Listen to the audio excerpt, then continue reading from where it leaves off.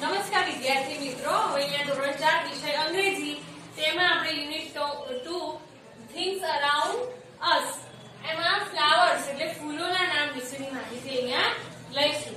જેમાં પહેલો જ છે કે સૂર્યમુખી. સૂર્યમુખીને ઇંગ્લિશમાં કહેવાય સનફ્લાવર. સન નું સ્પેલિંગ થાય SUN સન અને ફ્લાવર નો FLOWER. સનફ્લાવર એટલે સૂર્યમુખી. તે રીતે બીજો સ્પેલિંગ છે ગલગોટો. ગલગોટાને ઇંગ્લિશમાં કહેવાય મેરીગોલ્ડ. બરાબર. અને મેરીગોલ્ડ નું સ્પેલિંગ છે MARIGOLD. ગોલ્ડ. મેરીગોલ્ડ એટલે ગલગોટો. ત્યારબાદ નું સ્પેલિંગ છે ચંપો. બરાબર. ચંપાને ઇંગ્લિશમાં ચંપા જ કહેવાય. ચંપાને ઇંગ્લિશમાં ચંપા કહેવાય. અને એનો સ્પેલિંગ જેને પણ નામના સ્પેલિંગ બનાય એ રીતે લખવાનો કે CHAMPA. જે રીતે આપણે ચંપાનો નામનો સ્પેલિંગ બનાય એ રીતે ચંપાનું નામ લખવાનું. તેવી રીતે જુઈ. જુઈને ઇંગ્લિશમાં કહેવાય જેસ્મીન. અને એનું સ્પેલિંગ છે JASMIN. જેસ્મીન. જેસ્મીન NE. જેસ્મીન એટલે જુઈ. ત્યારબાદ કમળ. કમળને ઇંગ્લિશમાં કહેવાય લોટસ. અને એનું સ્પેલિંગ છે LOTUS. લોટસ એટલે કમળ. ત્યારબાદનું સ્પેલિંગ છે ગુલાબ. ગુલાબને ઇંગ્લિશમાં કહેવાય રોઝ. અને એનું સ્પેલિંગ છે ROSE. આ પ્રમાણે આપણે ફૂલોના નામ તૈયાર કરવાના. હવે આગળનો ટોપિક છે ધીસ વાળા વાક્યો. ધીસ એટલે આપણે અગાઉ શીખી ગયા કે ધીસ નો મીનિંગ થાય આ નજીકની વસ્તુ માટે. પણ કોઈની વિશે આપણે પ્રશ્ન પૂછો કે ભાઈ આ શું છે, તો કહીએ ને આપણે કે આ વસ્તુ છે.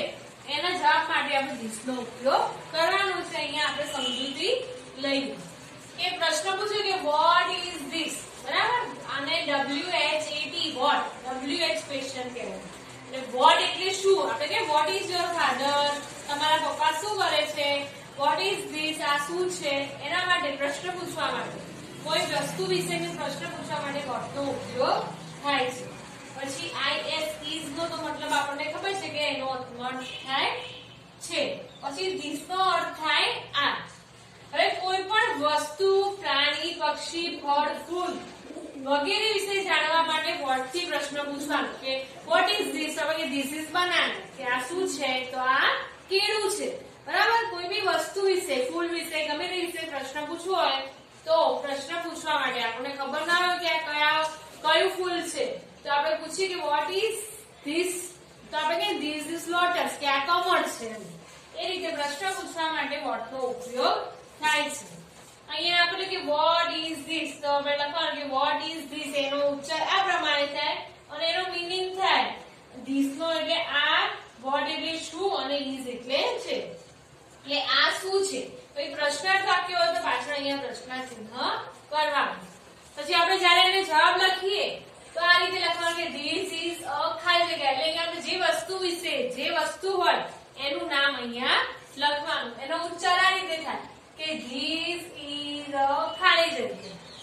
તો એનો ગુજરાતી મીનિંગ થાય ધીસ એટલે આ વસ્તુનું અહીંયા નામ લખવાનું અને ઇઝ એટલે છે. અહીંયા આપણને એક્ઝામ્પલ આપ્યું છે કે વોટ ઇઝ ધીસ. બરાબર. એનો ઉચ્ચાર થાય વોટ ઇઝ ધીસ. તો આ શું છે, તો ધીસ ઇઝ અ ટોમેટો. તો ધીસ ઇઝ ટોમેટો એટલે ટામેટું. ધીસ એટલે આ, ટોમેટો એટલે ટામેટું અને ઇઝ એટલે છે. અહીંયા એક્સરસાઇઝ છે કે ચિત્રો જોઈને પ્રશ્નો વાંચી કૌંસમાંથી યોગ્ય જવાબ લખો. તમને પરીક્ષામાં અહીંયા ચિત્ર આપેલું હશે અને તમને પૂછ્યું હશે વોટ ઇઝ ઇટ. બરાબર. અહીંયા આપણને કેળાનું ચિત્ર આપેલું હશે અને પૂછ્યું છે કે વોટ ઇઝ ઇટ.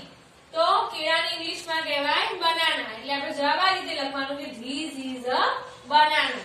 એમાં અહીંયા નીચે બે ઓપ્શન છે, એમાંથી જે સાચો ઓપ્શન હોય એ સિલેક્ટ કરીને લખવાનું. અહીંયા ઓપ્શન છે કે ધીસ ઇઝ અ બ્રિંજલ અને ધીસ ઇઝ અ બનાના. તો કેળાનું ચિત્ર આપ્યું છે એટલે આપણે અહીંયા બનાના વાળો ઓપ્શન અહીંયા સિલેક્ટ કરીશું. ત્યારબાદ અહીંયા કેરીનું ચિત્ર આપેલું છે અને પૂછ્યું છે કે વોટ ઇઝ ઇટ, તો ધીસ ઇઝ અ મેંગો. કેરીને ઇંગ્લિશમાં શું કહેવાય? મેંગો. અહીંયા ઓપ્શન તમને નીચે આપેલા જ હશે, એમાં ઓપ્શન આ રીતના છે કે ધીસ ઇઝ અ મેંગો અને ધીસ ઇઝ એન ઓરેન્જ. તો કેરીને ઇંગ્લિશમાં શું કહેવાય? મેંગો. તો મેંગો વાળું આપણે અહીંયા ઓપ્શન શોધીશું.